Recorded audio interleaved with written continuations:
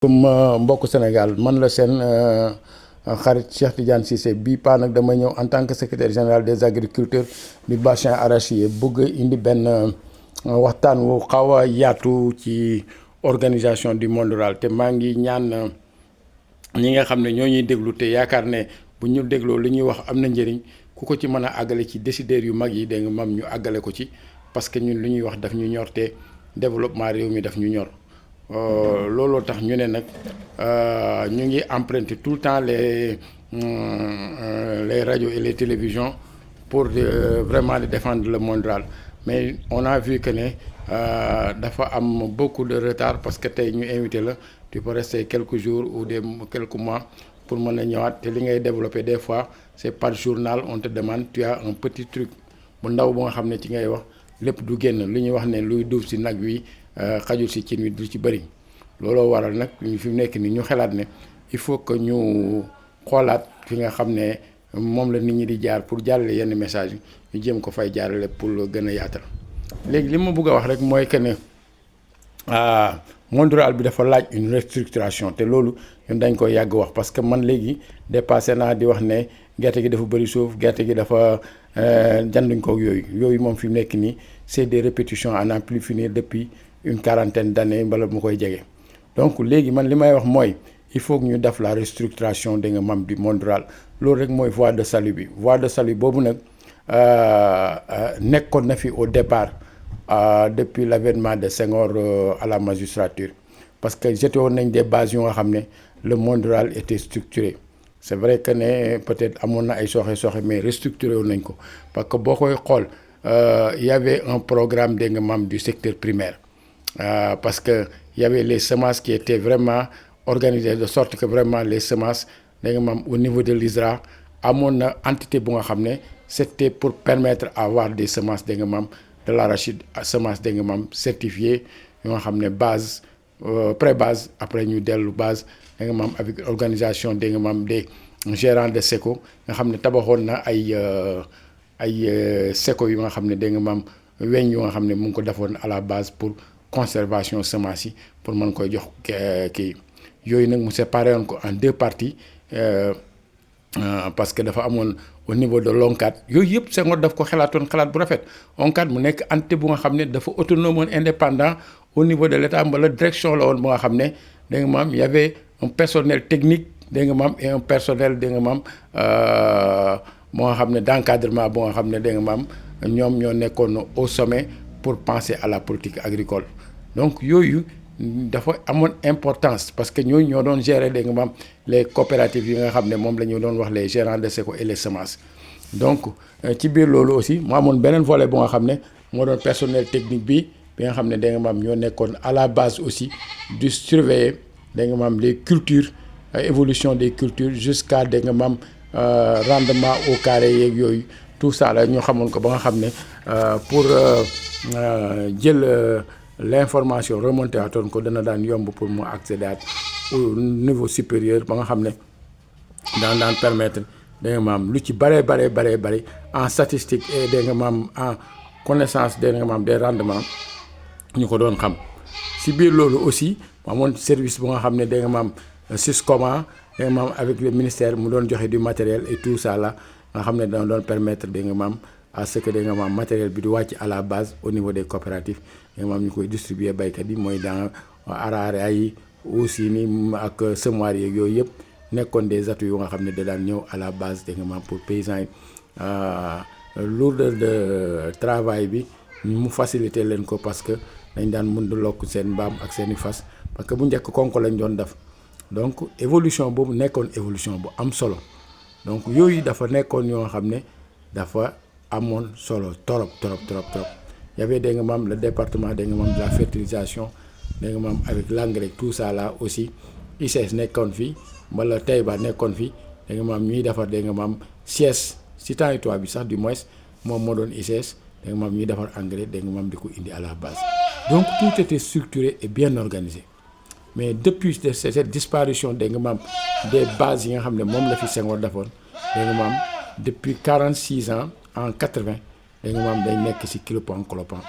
bi loolu demee parce que gestion yi peut-être baaxuloon changement climatique yi ñëw yàq ci lu bari dégg nga maam mieux d'état moyen d'état ñëw yàq ci lu bari dégg nga maam mu indi problème à ce que dégg nga maam loolu narmelu dégg nga maam ñu ne woon nañ def une phase transitoire pour teg fi phase bu nga xam ne au moins dina permettre dégg nga maam ñu tee repenser en 80 donc ñu jël affaire bi dénk ko Sonacos avec Sonagraines jël beneen bi dénk ko Copéol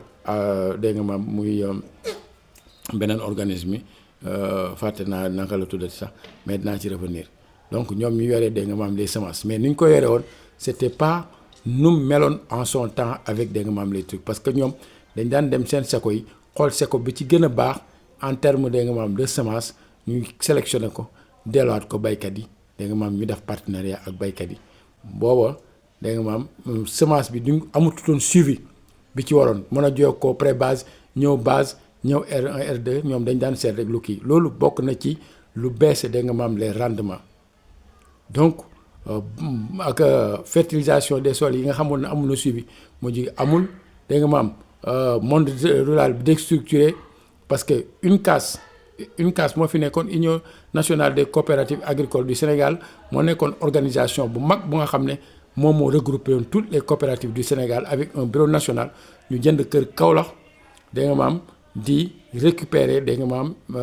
plus-value bi nga xam ne moo nekkoon plus-value bi nga xam ne moo doon permettre lu ñu yóbboon gerte dégg nga maam au niveau dégg nga maam de Sonacos ak yeneen entités yi comme Copéol ñu leen di jox moyennant 1400 et quelques 1475 si je ne me trompe pas da xaalis bu nga xam ne moo doon yore seen survie ñu daan am ay personnel moo xam ne dañ leen doon recruter au niveau des coopératives aussi ñu am fa dégg nga maam des bureaux yu nga xam ne dafay am président am secrétaire am trésorier CA bi nekk fa dëkk yi dégg nga maam ñu sélectionné dëkk yi CA bi dégg nga maam ku nekk envoyé 3 personnels dégg nga maam mu nekk une composante bu nga xam ne dafay étoffé au niveau des coopératives ñu def ko engrangé ko ba au bureau national muy une case bureau national jiite ko par kenn nit dem nañ ba jënd kër au cœur de Kaolack am fa kër gu baax a baax a baax am fa ay néeg yu nga xam ne paysan bu jógee koo fenn te amul fu mu dëkk ñu mën ko fay dëkkal dégg nga maam ñu am seeni oto personnel yu nga xam ne am nañ personnel yu nga xam ne sax ñu ngi retraité au niveau de l'UNCAS donc yooyu c'était des organisations yu am solo mais 80 ba 2004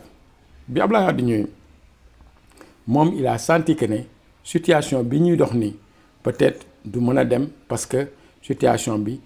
monde rural baa ngi gën a dégradé wu mu ñëw en 1900 waaw Abdoulaye Wade bi mu ñëwee donc en 2000 mu ne léegi problème bi mooy lii ñu nekk nii foog ñu étudier ko xool ko léegi nag mu ne alors nañ def la loi d'orientation agro-sylvo-pastorale mu dénk ko benn entité boobu ñu ko dénkoon 2000 ba 2004 ba 2000 ba 2004 20 ans lañ ko dénkoon ne ko en 20 ans ñu évaluer ko xool lan ngeen ci def ak lan ngeen ci deful 2000 ba 2024 amul dara luñ ci def li nga xam ne moo doon li nga xam ne moo antérieuroon ci li ma leen doon wax ci temps yi Senghor pour ñu delluwaatoon ko gën koy perfectionner mooy delluwaat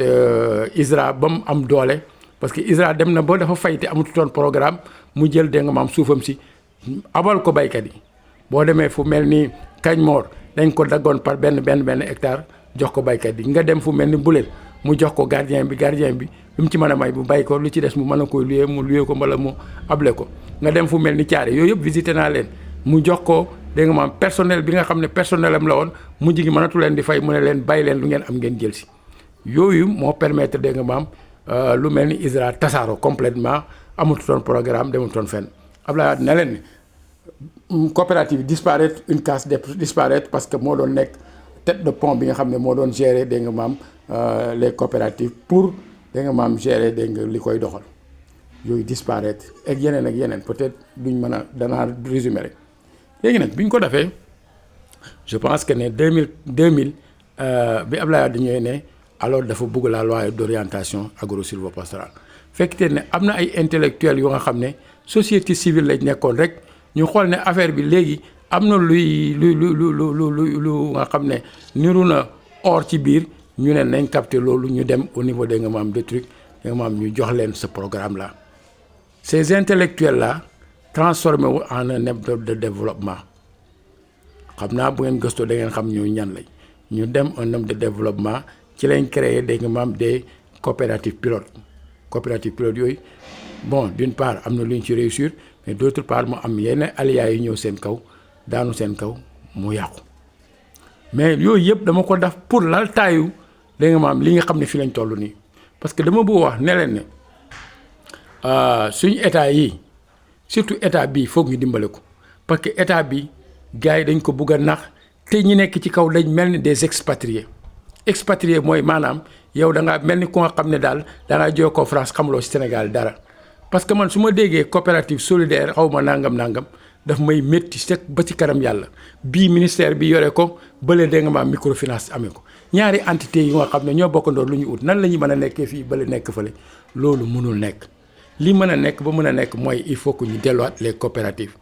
coopératives yi fi nekkoon nga xam ne ñoo fi nekkoon ñu nekk ko dégg nga maam ñu désigner leen au niveau de la base ñu engrangé wu ba dem au sommet mun a am un bureau au sommet bu boobaa dégg nga maam dinañ nekk ñu nga xam ne dana nekk interlocuteur valable moo nga xam ne état dina mën a wax ak moom te au delà filière yëpp dañ leen di organiser si canevas boobu bu boobaa même état lu mu defalee daara gis naa bërki démb rek le premier ministre daf 10 xaw ma benn immeuble de 10 étages xaw ma de nangam pour dëkkale fa daara yi bu boobaa mun nañu defar immeuble bu nga xam ne du ko une case amee woon kër jënd ko ñu defar immeuble bu nga xam ne dañuy compter filières yi nga xam ne moom lañ yaakaar ne fi nekk ni ñuy dox bu ci nekk ñu loolu si benn étage ne nga ma am un bureau national bu nga xam ne ñoom ñoo fay regroupé défendre ko xam nga loolu mooy avantage mooy lan mun nañ dem ba àgg ci niveau retombé yi parce que li ñu yóbbu à l'usine pour la commercialisation lu nga xam ne surplus la bu production bi baaxee ñu yóbbu à l'extérieur kenn dootul jaar seen kaw l'agriculture aux agriculteurs loolu dafay am solo bu boobaa dana permettre ñu mën a am sax dégg nga maam lu ñuy wax dégg nga supermarché agricole laay wax supermarché agricole tous les produits agricoles les pôles dégg nga maam di ñuy wax au niveau centre ak yooyu pôles yooyu dégg nga maam ñoom ñoo koy porté pôles yooyu ñoom ñoo koy porté filière lii ba nekk fa filière yeneen yi nekk fa ñu defar des supermarchés yooyu dana permettre retombées yi si ñëw mën nañ dem ba am dégg nga maam le problème dégg nga maam de gérer de matériel sax pour alléger dégg nga maam la tâche dégg nga maam du monde rural donc foofu la enjeu yi nekk la réflexion te man dama déggoon premier ministre mu ne mu ngi constituer au niveau dégg nga maam de la primature ay nit pour ñooy nga maam ñu aux des acteurs pour ñu waxtaanee filière bi nag man damay wax ne je touche du bois ñëw ma ci benn expert bu ñëw pour man ne ma ci wax lu nga xam ne xaw ma ko ci loolu tax ma jël sama idée ma ne tey dinaa ci joxe tuuti mais xam naa ne dinañ ci gën a àggaat ci yeneen niveau bu boobaa ma gën a defaat beneen bu nga xam ne da nga maam dinañ gën a mën a waxtaanee mbir mi pour mu gën a yaatu